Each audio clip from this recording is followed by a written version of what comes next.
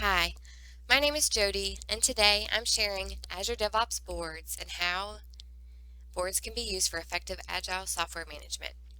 First, I'll touch on Azure DevOps in general as well as Agile principles. The two objectives for this presentation are, first, to become familiar with Azure boards and how it relates to Agile. Second, for you to learn enough about boards to give it a try in your next project. So before we dive right into boards, let's take a moment to review a couple of principles. Pause for a moment and answer the following question. What is the definition of Agile software development? Per Pressman, an Agile software process must have customer feedback, an incremental development and delivery strategy, team collaboration, and continuous learning. In short, Agile development is iterative software development. It was developed in response to inefficiency in the traditional waterfall development process.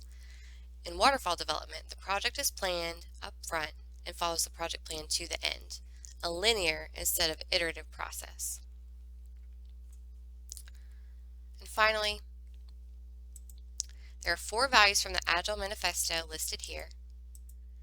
Individuals and interactions over processes and tools, working software over comprehensive documentation, customer collaboration over contract negotiation, and responding to change over following a plan.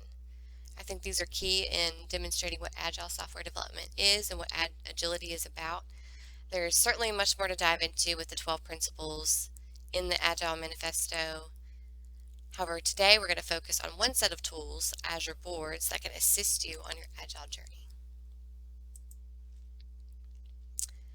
And next, let's stop and think again, what is DevOps?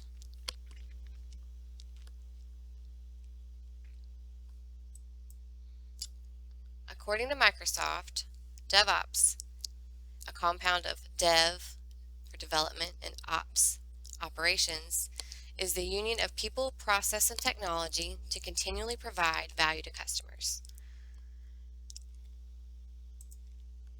This infographic, I think, provides a great representation of the DevOps lifecycle.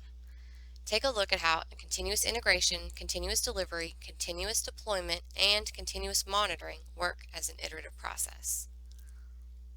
And next, since Azure Boards is only one piece of Azure DevOps, let's take a look at what Azure DevOps provides. Boards provides capabilities including product backlog, Kanban boards, and delivery plans with a focus on collaboration. DevOps also includes repos, which are version control tools, pipelines, which build and test code projects through continuous integration and continuous delivery automation, test plans, which is a platform to plan testing activities like manual testing or user acceptance testing, and then artifacts, which enable storage and sharing of code packages. So boards is only one aspect of these, and they all can work together or they can work independently. That's up to the user. And now let's look specifically at boards. So what can you do with Azure Boards? The name Azure Boards probably makes you think of only a Kanban board. However, there are many different Agile features within this portion of Azure DevOps. Some tools are Kanban oriented, Scrum specific, or simply termed Agile. Product backlogs, Kanban boards, sprint backlogs, and task boards are some of the main items. You can create collaborative teams within boards. One or more teams is added to distinguish work groups. Examples would be testing, developer groups, designer groups, stakeholders, any which way that it needs to be divided. You can customize your boards with fields, different screens, column names, add swim lanes, and many more. Managing the teams and the timelines. You can assign, reassign through the board or the backlog, individual or the team. You can drag and drop through the board to add things to a sprint or change the delivery plan. It's very easy and flexible to work with. You can visualize and track through the boards, built-in charts and other reports, and you can even tie into your own business intelligence solution. Finally, you can track bugs, issues, and testing. So next we'll just break boards down into some of its individual components so you can see more of how it would be used. Here is a backlog. So a backlog is a list of all the work types, and it can be switched to a board view or kept as a list view. It contains all of the requirements for the project categorized into its various agile types, which could be epics, features, user stories, tasks, bugs, and the test plans as we just discussed. Next, I'm just going to pull up Azure DevOps so you can see. It's easier to see how it looks with the screen up. So here I have a sample project open. We've got it open to the boards and we have it filtered on epics. You can switch to features, you can switch to stories, and this is where it's very easy to sit here and say like what's active, resolved, or closed. I can drag an item over to resolved and it changes its state just like that. As far as the backlog we just discussed, here is a backlog. It's also can be filtered by a specific work type. And then all of these, each of them have their own screen with specific information. You can make it as detailed or as simple as you'd like. These are the basic fields that come with a user story, for example. Add a description, you can add acceptance criteria, you can tag people and have a discussion, and you can add various other fields in addition to the ones that are here. You can also link to the other items so you can see its parent. Here is a test that's been completed. Here is a number of issues and tasks that have yet to be completed. If I go back to boards and tasks, it's very easy to see and add items through here, which is what I find very appealing. I'm very task oriented. I love making lists, so this is perfect for me. But you can check it off just like that, and then that feeds into the reporting and management of the work. So here, if I look at a sprint, you can also drag and drop items for each specific sprint that is going on, or add a new one.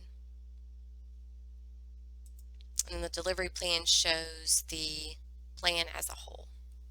So all sprints that have been scheduled to date and all features that are within each sprint in this instance. So again, it's just a way to divide work in a hierarchical fashion, separate by team, track the work, plan out how and when you can get things done, and then that should feed into that iterative process where I've done this, now we're going to move on to the next one, move on to the next one. All the while we're incorporating our testing, we're incorporating our learning, we are modifying things as needed, and completing the project. So here are the epics, features, user stories, and tasks, again up close and side by side. So again, on the board you have a block for each epic. Within each epic you have a feature or a set of features, and then within each feature you have a set of user stories, which has a set of tasks and could have bugs and or test plans. So back to the planning, here's the status of the planned work in the selected iteration. So again, sprint 2 in this instance, and these are the things yet to be assigned or completed. So all I would have to do is drag and drop over to active and assign a user, which this one is unassigned and this one is assigned to me. And the delivery plan, again, you can drag and drop each of the features into a different sprint to help with your scheduling and to make that quick and easy. So that is it for my review of Azure Boards and some of its functionality. Again, this is the base functionality, so there are a lot more features and customizations you can make within the platform. And I would highly recommend, again, going to the Microsoft documentation, taking a look at Azure Boards, Azure DevOps, and seeing how all of these pieces connect. Again, you can scale it to your team, so you can use as little or as much as is needed. So, how does Azure Boards promote agile practices? These are just some things I think are beneficial about Azure Boards and some of the things that do lend to agility.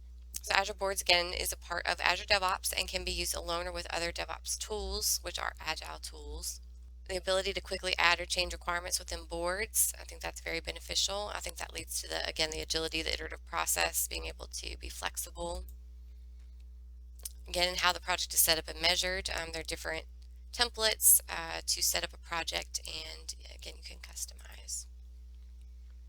Interactivity, so I can drag and drop, I can visualize progress through charts. It's all built in right there, and then of course you can expand it as you need. And of course, it facilitates the management of a project and the work tracking for one or more teams.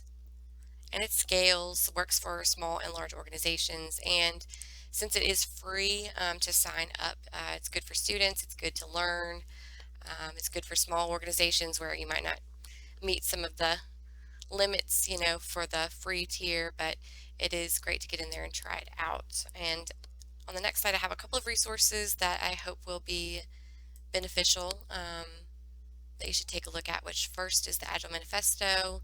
So you can look at the 12 principles, the 4 values, and become more familiar with Agile. Azure Boards documentation that has all that you could ever want to know about boards and all the different ways to use it. From there, you can find the DevOps documentation if you want to look more into pipelines or any of the other aspects of Azure DevOps. And then finally, Microsoft Learn, which has a learning path called Plan Agile with GitHub projects and Azure Boards. And finally, thank you so much. I hope you have learned about Azure Boards and how it can be used in Agile development. All right, thank you.